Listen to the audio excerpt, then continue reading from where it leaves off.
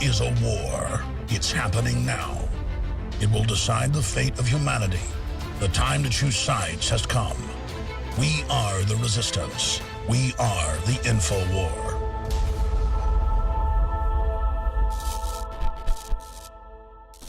Welcome to the INFOWARS Nightly News. I'm your host, Jakari Jackson. It's October 3rd, 2014, and here are our top stories.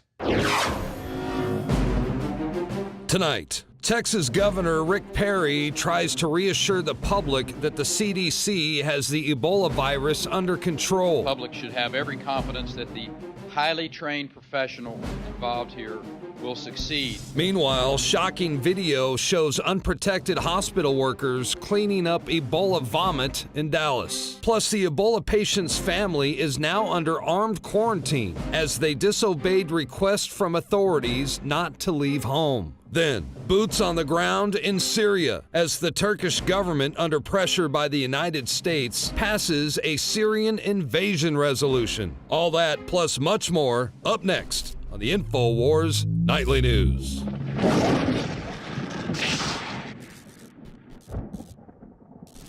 And welcome back. We begin tonight with this top story breaking.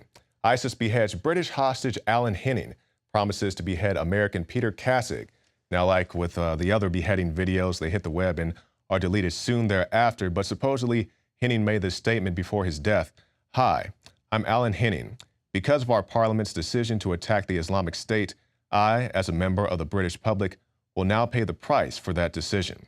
Like I said, there's no video to comment on, so we'll bring you the latest news as these stories continue to develop. But regardless of what happened to this man, it's very unfortunate. We've seen the recent beheading in Oklahoma, as well as atrocities carried out by ISIS, Al-Qaeda, burning down churches, Christian villages, and all that of the like. So we'll bring you that news as it develops. But something we need to keep an eye on, the developing story of the Ebola outbreak. We've seen it spread from the African continent. Now we see reported cases, potential cases in Washington, D.C., Hawaii, Toronto. But here in the state of Texas, where we have a man in the Dallas hospital right now, Governor Rick Perry wants us all to rest assured that the CDC is on top of the situation. Take a look at this video I'm going to show our viewers. It's a man with absolutely no protective clothing, housing down the sidewalk right outside the apartment where the Liberian man is said to have vomited. There are few places in the world better equipped to meet the challenge that is posed in this case. Is this safe to just hose it down into the gutter the way they're doing it over there? Texas is one of only 13 states certified by the CDC to conduct diagnostic Ebola testing. Two concerns, really. One is to the individual, the man who's actually doing the hosing down without any protective gear. What you'll read from the guidelines from the CDC is that anytime you're dealing with contaminated bodily fluids, which is what this is in this case, sounds like, you should have somebody who's trained to do this. And we have the healthcare professionals and the institutions that are second to none. They should probably be wearing droplet protection so that none of the virus would actually spray back onto their bodies,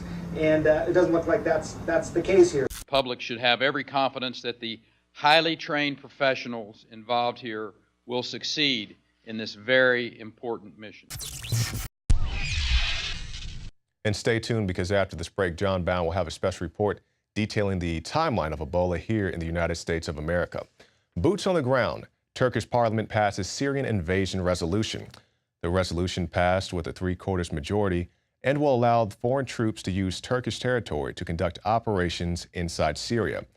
Turkey's chastisement is for propaganda purposes, Kurt Nimmo notes.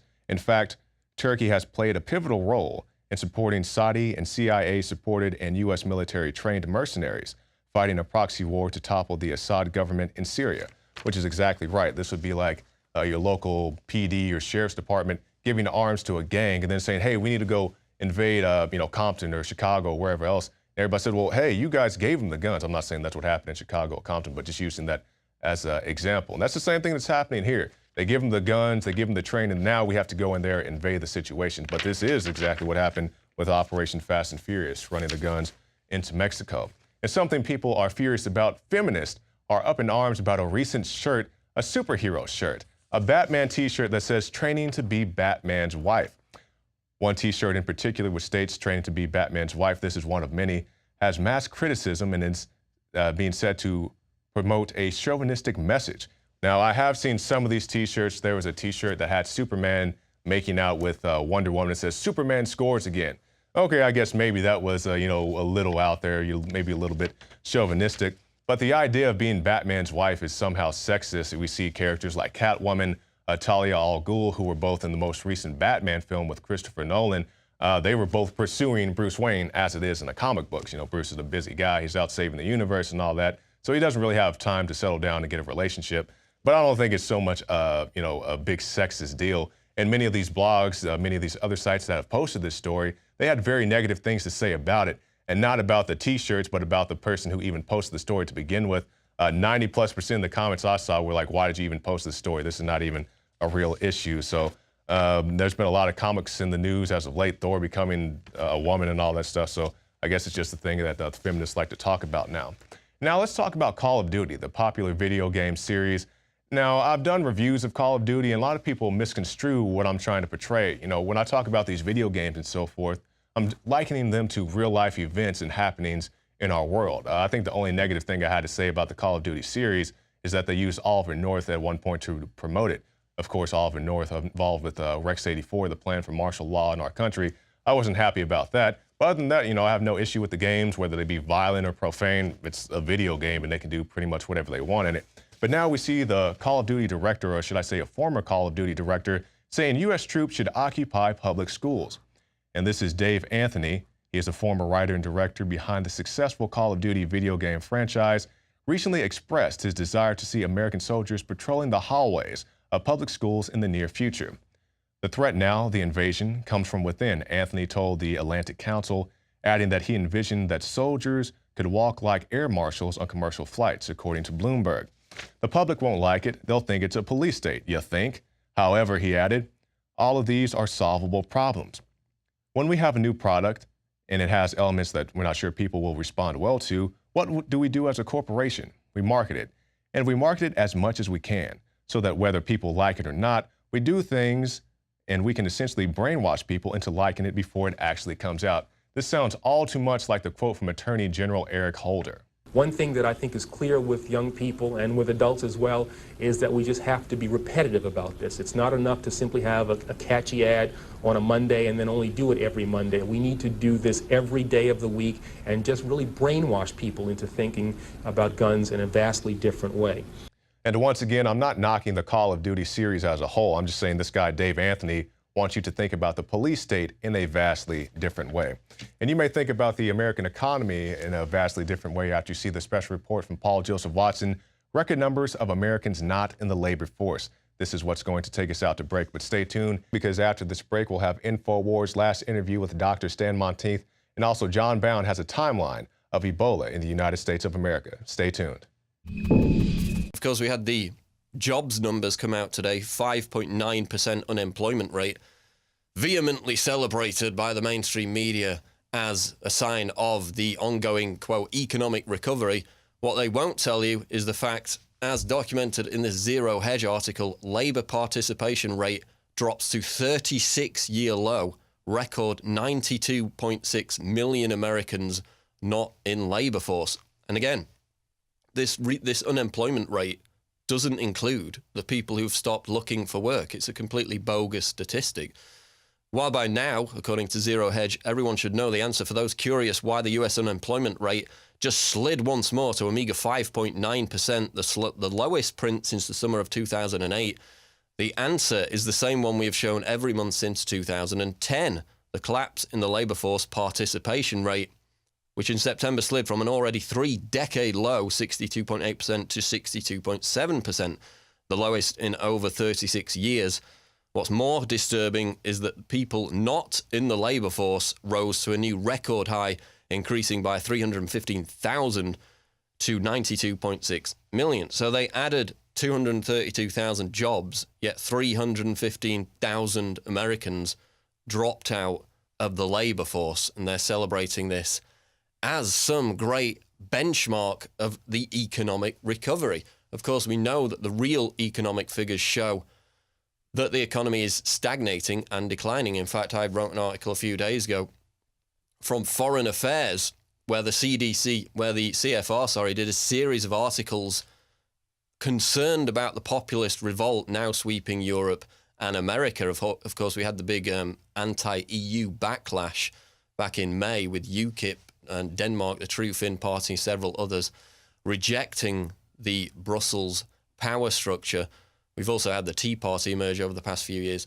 And in that article, the CFR expressed their amazement at the fact that this popular uprising was still going. There you see America in decay, the sources of political dysfunction. What's key about this is that they said this populist liberty uprising, both in the United States and Europe, which was threatening the two-party monopolies in both those continents, needs to be, quote, co-opted. Those were the exact words they used, co-opted. So again, they're going to try and infiltrate these movements, get their own people to represent these movements, and then sell everybody down the river. Now, in that article, in the CFR article that I cited, one of the key aspects that they drew attention to, which is causing this populist uprising, is the fact that median household income has declined since 1989. So in the past, 25, 30 years, there's been absolutely zero real economic recovery, and people are struggling under the same conditions they were back in 1989. Nothing has improved. They see the article establishment desperate to co-opt populist uprising to neutralize what they call the American distemper. And that distemper is arising out of the fact that these living standards continue to stagnate and decline, as evidenced again by this article, the wageless recovery. Average hourly earnings suffer first monthly decline since July 2013. So wages are on the decline, large numbers of people dropping out of the labor force, and yet the mainstream media and the government are celebrating the economic numbers like it's some great recovery. The real figures suggest otherwise.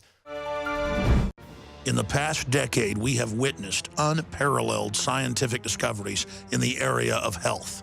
But no one has put together a formula that focuses directly on brain health, nerve growth factors, and optimizing your cellular energy at the same time. DNA Force is one of the most expensive formulas to produce.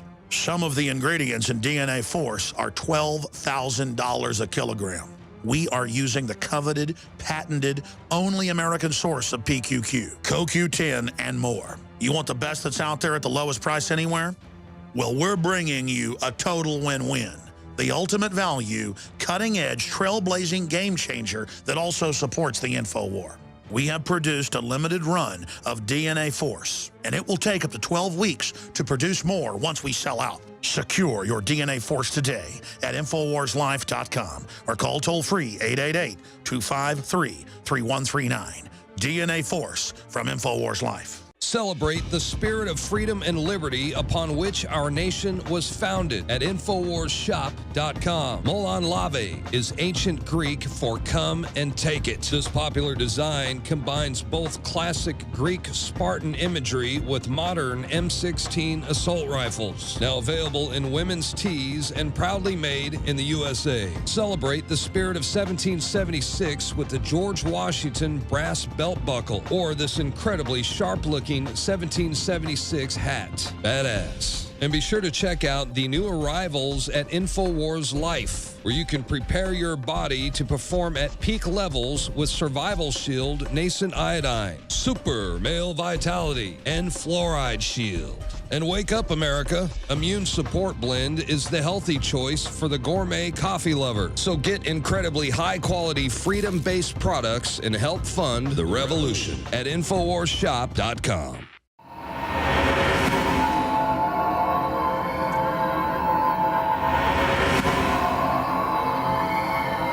Well, it sounds like the perfect script for a horror movie. A virus with no vaccine and no cure kills thousands of people. And despite containment efforts, the virus is spreading. So many times we will take something and then dial it back because we don't want to sound sensational. If it is sensational, it is sensational. And then you should report it. So many times in history, incredibly bad things happen because people can't believe something amazing is happening. Either